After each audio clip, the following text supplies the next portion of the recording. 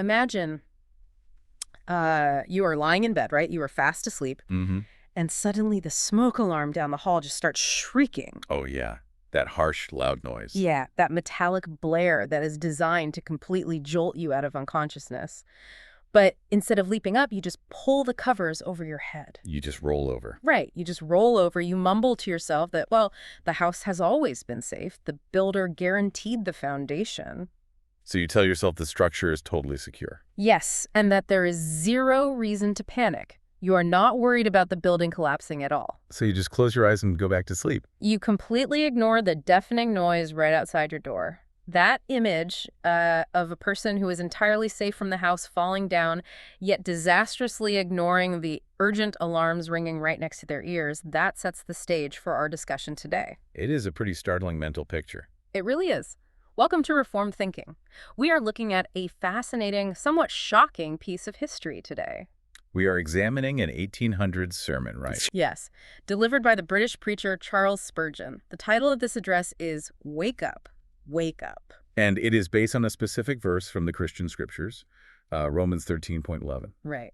Our mission for this deep dive is to examine what spiritual sleep actually looks like, specifically for people who already believe they are safe. We want to understand why waking up is a matter of absolute urgency and, not just some casual suggestion for self-improvement. Okay, let's unpack this. The text we are looking at is super clear about who the audience is. Yeah, we are not talking about people who have never heard the message of Christianity. Right, we are talking about the insiders. But before we get into the actual symptoms of this sleep, could you maybe set the historical and biblical context for us? I would love to.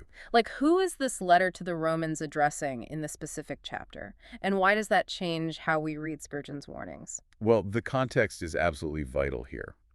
In the book of Romans, the Apostle Paul spends the first several chapters meticulously laying out the theological framework of justification by faith. He does a lot of heavy lifting early on. He really does. He explains how humanity is separated from God and how individuals are brought into a right relationship with God. And that happens not by their own efforts, but through faith in Jesus Christ. Right. Spot on. So by the time we reach chapter 13, Paul has shifted from the theological side to the highly practical side of things. He is addressing believers now. Yes. People whose status before God is already settled. They are justified. They are considered righteous. So when we get to Romans 13.11, and Paul says it is high time to awake out of sleep, he is speaking to the church in Rome. Exactly. I mean, these are people who are spiritually alive, but they have fallen into a state of severe sluggishness. And Spurgeon picks up on this distinction with laser precision in his sermon. He clarifies right out of the gate that he is not addressing the ungodly. He is not speaking to those who are spiritually dead. He's speaking to the living who are slumbering. Which completely changes the tone of the whole address. It really does. Spurgeon explicitly states that a believer's salvation is never in jeopardy. Even if they are sleeping, they have not ceased to be Christians. Right. They are not suddenly cast away or treated as reprobates. Therefore, Spurgeon argues, it is doctrinally incorrect to threaten these slumbering believers with the fires of hell. Or the wailing of the lost, right? He uses a very striking phrase to illustrate this. Oh, I love this quote. He says, "The whip is for the slave, not for the child." The dread of punishment is for the condemned, not for the justified. Yeah, in the theological framework Spurgeon operates within, using the terrors of the law to motivate a justified saint is completely inappropriate. It is a total misunderstanding of how grace functions. The motivation to wake up cannot be the fear of damnation. Because that danger is past and gone for the believer. Right. Instead, the motivation must come from a place of loving, fatherly discipline. God is speaking to his children. Sharply, perhaps. But without a trace of the threatening wrath that belongs to those who reject the Savior. I have to stop you there, though, because that sounds kind of contradictory to a lot of modern sensibilities. How so? Well, if the text says their salvation is secure, why is Paul yelling at them to wake up? That is a fair question. If the house isn't burning down, just let them sleep. What is the actual harm? Right. People think if the consequence isn't total ruin, why bother? Yeah. To put it in a different context, imagine a sports scenario. Okay, I am tracking with you. Think of a star athlete, right? Someone who has already secured their spot on the roster. They have the guaranteed contract. Yes, they are on the team. But lately, during practice, they are just slacking off. Just jogging through the drills. Jogging through drills, missing assignments, showing zero hustle. Now, the coach sees this. The coach isn't going to be happy. No. Yeah. But the coach does not walk over and threaten to tear up the contract and kick them off the team entirely. Because the athlete's spot on the roster is secure? Exactly. I mean, yeah. But the coach does get in their face, perhaps quite sharply. And demands that they wake up. Yes. The coach demands that they play to their established potential, that they respect the jersey they are wearing. And that they contribute to the team's goals. The discipline is fierce, but it is rooted in the athlete's secure identity as a team member, not the fear of being fired. If we connect this to the bigger picture, your sports analogy captures the dynamic brilliantly. You think it holds up? Definitely. The overarching theme here is justification by faith. Once a person is accepted into that relationship, the status does not change. They are adopted. The contract is sealed, to use the analogy. But the behavior must align with the status.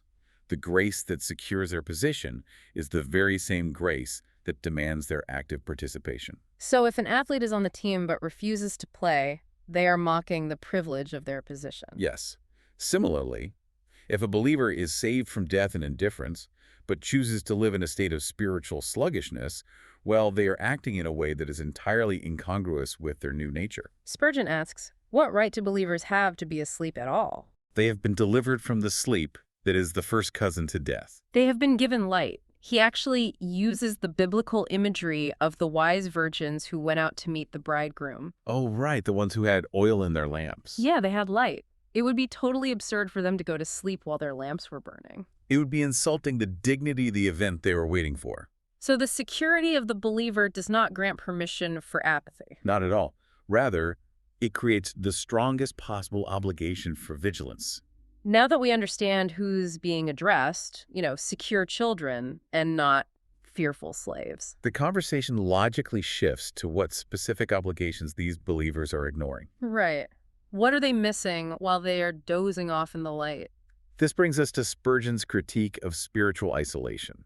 He observes that true godliness begins with individual conviction. Yes, but it becomes intensely dangerous when believers draw a line around themselves and ignore the outside world. They focus entirely on their internal spiritual state. They think their chief business is just indoor work, And they become completely blind to the realities facing humanity around them. That idea of drawing a line around yourself is vivid. It really paints a picture. It is like building a fortress where you are safe inside and you just pull up the drawbridge. You are individually secure, but you have cut yourself off from the rest of humanity. And Spurgeon gets remarkably pointed when he diagnoses how some believers justify this isolation. He does not hold back.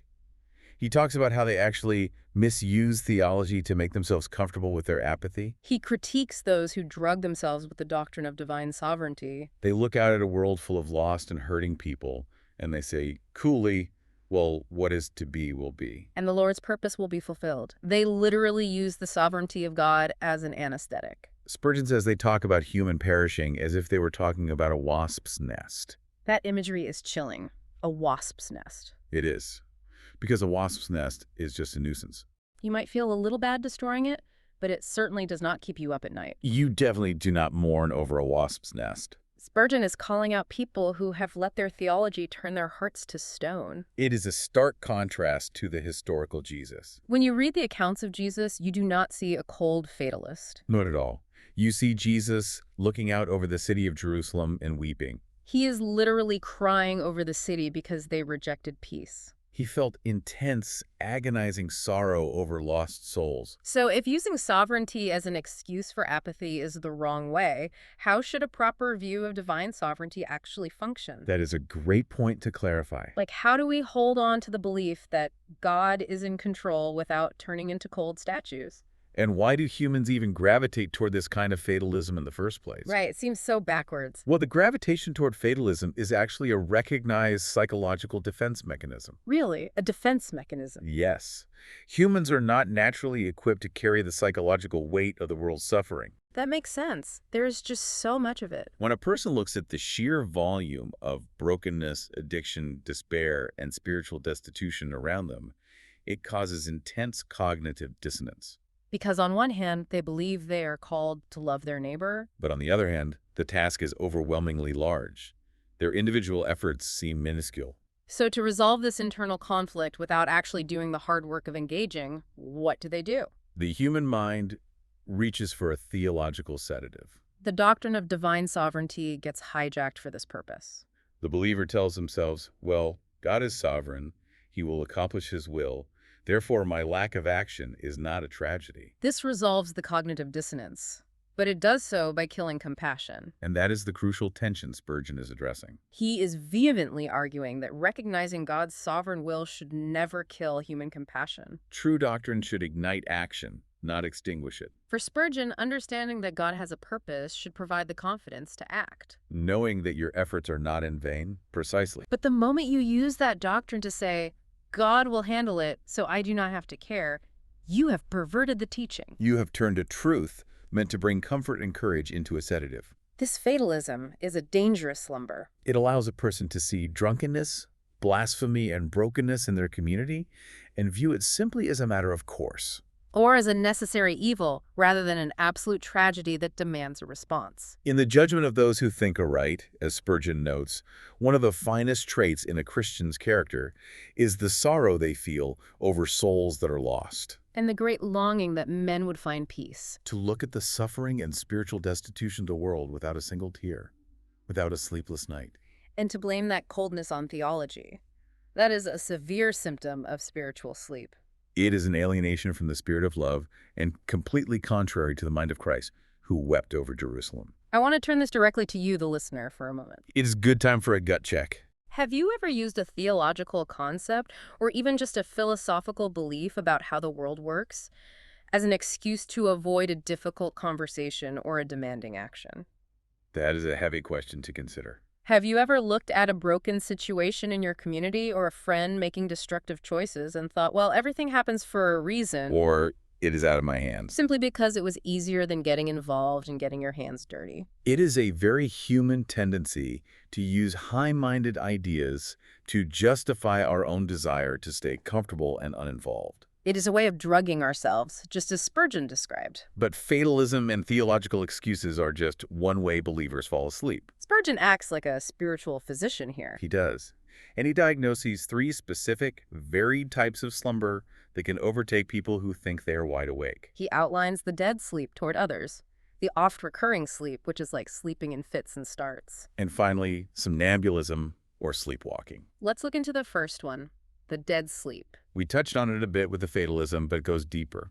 Yeah, it goes into a total numbness to societal sin. Spurgeon mentions believers seeing things like drunkenness or Sabbath breaking. And instead of being chilled by it, they just shrug. They view it as a normal, necessary evil. They are completely desensitized to the tragedy happening right in front of them. It is as if their spiritual nerve endings have completely died. What causes that level of desensitization, though? Well, the dead sleep is characterized by a complete lack of emotional and spiritual responsiveness. The person is alive to themselves. They know they are secure. But they are dead to the environment around them. They have lost the capacity to be shocked or grieved by what grieves God. And this level of desensitization does not happen overnight. No, it is the result of prolonged exposure without a deliberate, counteractive spiritual practice. Just as a physical body builds a callus over an area of constant friction, The human conscience builds a callus over areas of constant moral failure if it is not routinely sensitized by truth. the believer in a dead sleep sees a culture drifting away from truth and feels absolutely nothing. Then, Spurgeon moves to the second diagnosis. The fitful sleep or the oft-recurring sleep. This is the napping believer. We have all seen this pattern, perhaps even in ourselves. Spurgeon describes a person who falls asleep, But if you nudge them, they wake up. They listen for a moment and then drop right back off. He gives a highly relatable example of a believer attending a missionary meeting. Oh, this example is so sharp. During the meeting, they hear the cry of the perishing heathen. Their conscience is pricked. They wake up. They feel an intense urge to go out into the street and tell people about Christ. They are so moved that they empty their pockets into the offering plate before leaving the building. But then Spurgeon asks the piercing question. Have they cared much about those millions of people since that night? And the answer is usually no. The ardor evaporates. The enthusiasm was entirely dependent on the external stimulus of the rousing speech. Once the speech ended, they went right back to sleep. They have fits and starts of wakefulness. Sometimes their soul seems on fire. And you would think they were ready to be a missionary themselves. But wait until the special services are over, and they descend back into depths of stupidity and indifference. They get through their religious duties in a dry, dull fashion. This cyclical pattern of being emotionally stirred and then immediately reverting to apathy is a dangerous form of slumber. Because the brief moments of wakefulness trick the person into thinking they are genuinely active. When in reality, they are spending the vast majority of their time asleep. They are subsisting on emotional sugar highs rather than steady, sustainable spiritual nutrition. That fitful sleep is deceptive because you can point to those moments of intense emotion and say, look, I care. I emptied my pockets. I cried during the music. But the baseline is still slumber. The emotional high masks the underlying apathy. It really does. Here's where it gets really interesting, though. Okay, let's hear it. The third type of sleep Spurgeon diagnoses is perhaps the most unnerving. He calls it somnambulism, or sleepwalking. He describes people who are doing a great deal for their Lord and Master, but they are entirely asleep while doing it. If you judge them by their outward actions, they seem wide awake. They are careful, exact, and prudent, but it is all mechanized. He gives this incredibly specific anecdote about a congregation singing hymns. Yes, he noticed people dropping down into their pews at the end of a verse, sitting down early, completely forgetting there was a chorus coming. And why did they do that? Because they were not actually engaging with the words they were singing. They were acting purely out of habit. It was muscle memory. I think of a modern analogy for this, highway hypnosis or being on autopilot. Oh, that is a fantastic comparison. Have you ever driven a familiar route, maybe your commute home from work, and you pull into your driveway, put the car in park, and suddenly realize you have absolutely no memory of the last 15 minutes of the drive? Yes. You stopped at the red lights, you stayed in your lane, you made the turns. But your mind was a million miles away.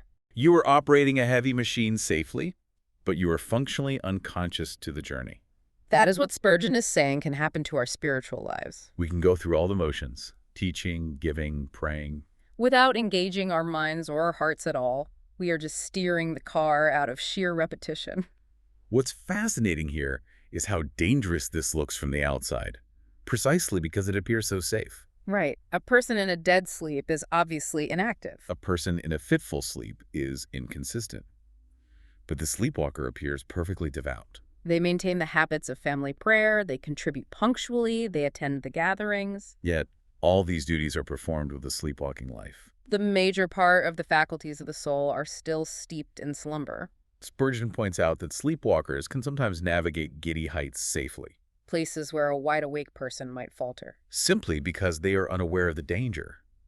But this lack of awareness means they are entirely missing the reality of what they are doing. They read the texts, but the words do not burn like crystal. They nod over the promises and the precepts. The life is there in the text, but the reader is asleep. When a believer is functioning on autopilot, they may not be causing overt harm, but they are failing to experience the divine delight. And the seraphic fire that should accompany their actions. They are missing the whole point of their own faith. This raises an intense dilemma. What is that? How does a modern person measure if they are sleepwalking? Right. If the outward actions of a sleepwalker and a wide-awake believer are identical, what is the metric for wakefulness? The metric is internal engagement. It is the presence of active, conscious affection toward God while performing the duty. The antidote to sleepwalking is not to stop performing the duties, then. No, it is to force the mind to chew on the reality behind the action. When you pray, are you considering the majesty of the entity you are addressing, or are you reciting a grocery list of requests? When you participate in corporate worship, are you contemplating the theological weight of the lyrics? Or are you just waiting for the chorus to end so you can sit down? Spurgeon's warning here is severe because sleepwalking creates a false sense of security. The person thinks they are fine because their attendance record is perfect while their soul is starving. That is a terrifying thought. It really wakes you up, doesn't it? The idea that you could be sitting in a pew doing everything right on paper and be completely dead inside. It forces a radical self-examination. If my salvation is secure, but my current practice is just a mechanized routine, then I am wasting the very life I claim to have been given. And it's like being handed the keys to a high-performance sports car, and you only ever push it down the driveway in neutral. You own the car, but you are not experiencing what the car was built to do. That is a sad way to live. So wait, if sleepwalking is so comfortable and my salvation is secure anyway, why shouldn't I just stay on autopilot? What is the actual harm, you mean? Yeah, I am not hurting anyone. I am paying my tithes. I am singing the songs. If the house isn't burning down, why does Spurgeon insist I need to wake up right this second? Well, the harm lies in the nature of reality itself, specifically the reality of time and opportunity. Okay, let's look into that. A person on autopilot is incapable of responding to sudden, vital changes in their environment. Having diagnosed these three conditions, the dead sleep, the fitful sleep, and the sleepwalking, Spurgeon pivots aggressively to the arguments for waking up. His primary argument is rooted in the urgency of time. He declares that believers have no right to sleep because opportunities are vanishing at an alarming rate. When you are asleep, you cannot interact with the world. You cannot fulfill the obligations placed upon you. Spurgeon breaks this down by demographic, showing how urgency applies to every stage of life. He points out that older believers have very little time left to accomplish anything. If you are in the evening of life, your time is scanty. And every remaining hour should be spent with utmost diligence. The sun is setting, and the work of the day is not finished. For young believers in the prime of their days, he warns them that their life is rushing on like a rapid stream. They possess vigor and energy now, but that energy is fleeting. If they do not work now, when will they? The illusion of limitless time is a byproduct of sleep. A waking person sees the clock ticking. They see the sands falling through the hourglass. He presses the urgency so hard here. He has to. It is a matter of life and death for those around them. It is not about missing out on a feeling of joy. It is about missing fleeting moments that will never return. The most compelling part of this section for me is when he talks about the specific people around us who are slipping beyond our reach. He gives three heart-wrenching examples. First, children. He notes that children grow out of their plastic moldable stage quickly. If you do not guide the twig while it is a twig, you will not do much with it when it becomes a tree. Parents blink, and suddenly their children are independent and less amenable to counsel. Second, he mentions servants leaving a household. Today, we might think of co-workers or employees. He tells of servants who left a religious household thinking religion was a miserable thing. Because the master kept it all to himself and never showed them the joy of it. The master was secure, but his silence caused his employees to walk away with a distorted view of truth. And third, friends passing away. The intense sadness of delaying a visit or a conversation with a sick friend. Only to hear the knell tolling and realize they are gone into eternity. And your regrets are entirely useless. These opportunities are slipping away every single day. To capture how fast we have to act, he uses a striking hunting analogy. He talks about shooting a running deer. He says that people's consciences are only open for split seconds. When someone is cowed by adversity or saddened by affliction, they might be amenable to a friendly word that they would usually resent. But you have to be sharp-sighted. The deer is running by. If you are not wide awake and ready to take the shot at that exact moment, the opportunity is gone forever. You cannot ask the deer to stop and wait while you wake up and load your rifle. The running deer analogy captures the fleeting nature of human receptivity so well. It really does. In psychological terms, a person's window of tolerance for new, challenging information is often quite narrow. When an individual experiences a crisis, a sudden loss, a health scare, or a major life disruption,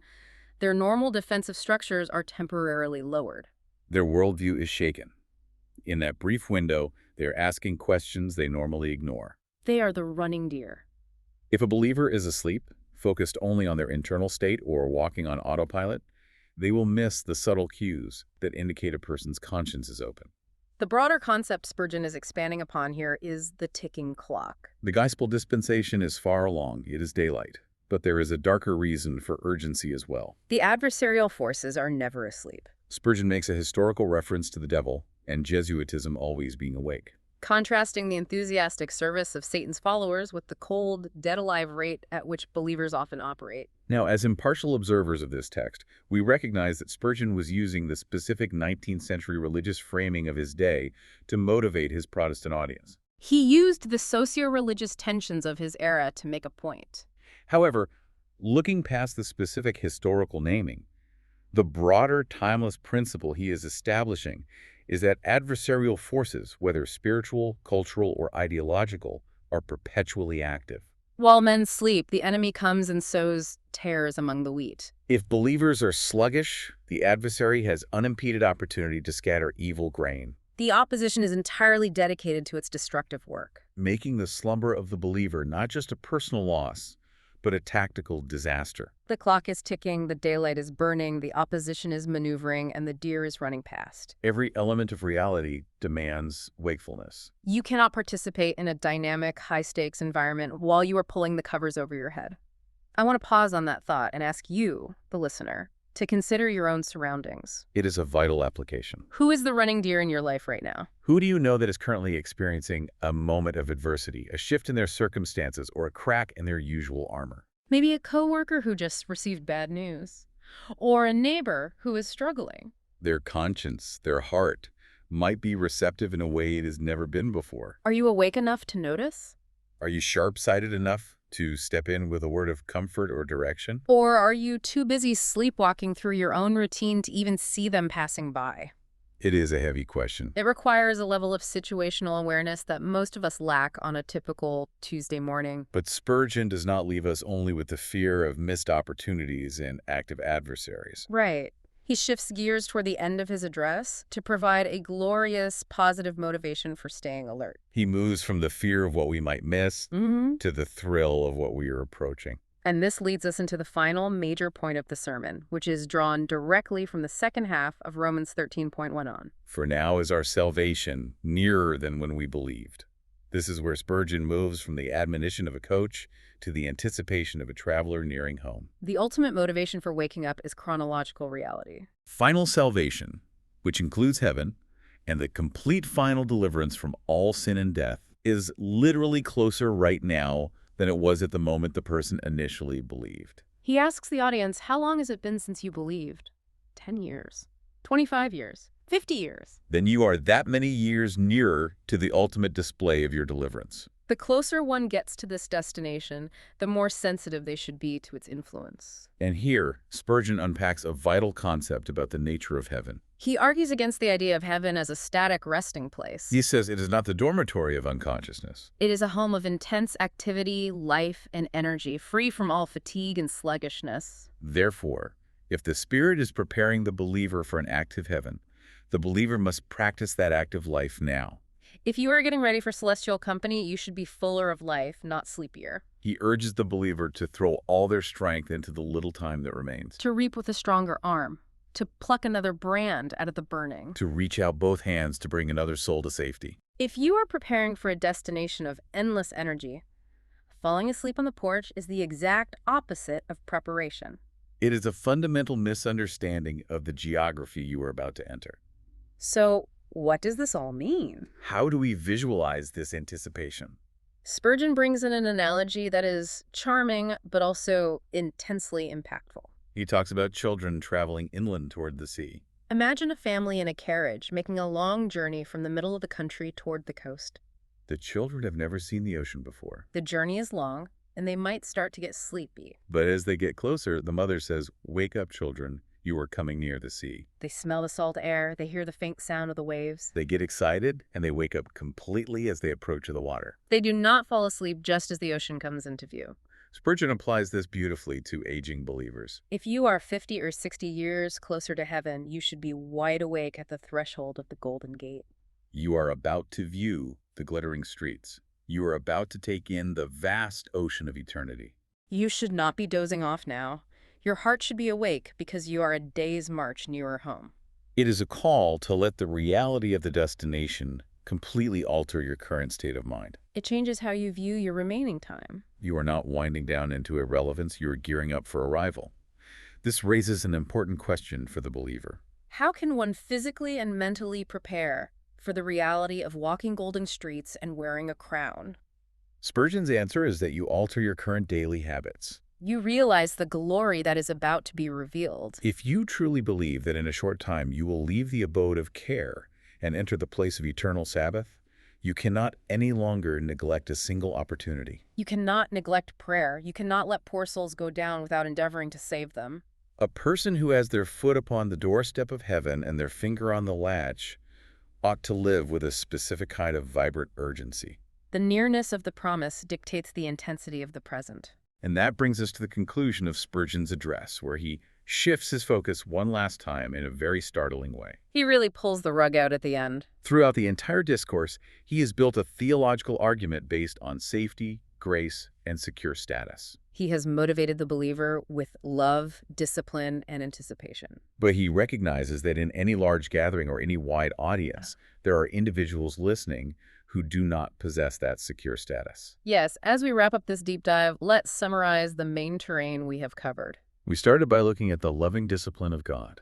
How he speaks to his secure children to wake them up, not threatening them like slaves. We examined the severe dangers of doctrinal fatalism, where people drug themselves against caring for others by hiding behind sovereignty. And we analyzed the trap of mechanized sleepwalking religion. We felt the urgency of fleeting opportunities, the running deer that is there for a second and then gone. And finally, we looked at the thrilling, undeniable nearness of final salvation, the ocean that is finally coming into view. But just when you think the address is ending on this completely triumphant, comforting note, Spurgeon pulls out what can only be described as a sledgehammer. He turns his attention to the unconverted. It is a jarring rhetorical maneuver. Throughout the entire sermon, he has insisted that Romans 13.11 is addressed to the justified believer. But in his closing breath, he asks, what if we were to apply the logic of this text to the unregenerate? If this text is a loving wake-up call for the secure child, calculating the nearness of their joy, it becomes a terrifying calculation for those outside the faith. He says, if I were to wrench the text from its connection, what a sledgehammer it would be.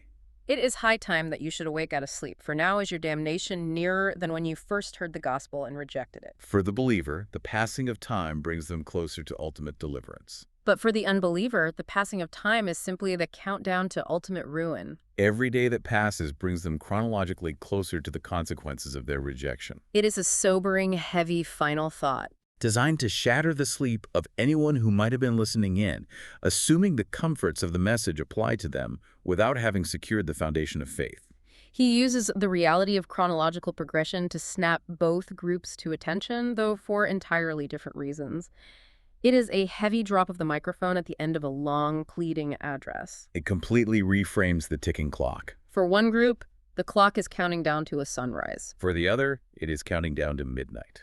And that brings us to our final thought for you, the listener, to mull over on your own. We have talked a lot about waking up and the active nature of the destination. If heaven is truly a place of endless, joyful activity rather than static, unconscious rest, how does your current daily routine reflect the atmosphere of the place you are heading toward? Are you practicing for an active eternity? Or are you pulling the covers over your head while the alarms ring in the hallway? We want to thank you so much for joining this deep dive on Reformed thinking. Until next time, stay awake.